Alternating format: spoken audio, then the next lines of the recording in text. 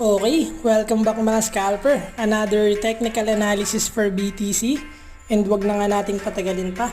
So, daily time frame, another pin bar.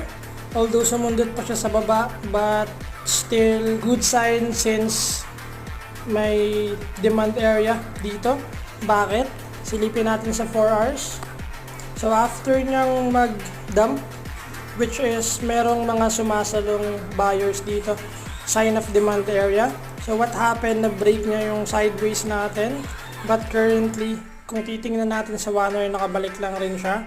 So what is currently happening, BTC naglalaro sa area na to, itong area na to. So possible if mag-break above here, uptrend, if mag-break below here, so it's madugong downtrend yung mangyayari sa BTC, but still a good sign na merong sumasalo sa BTC.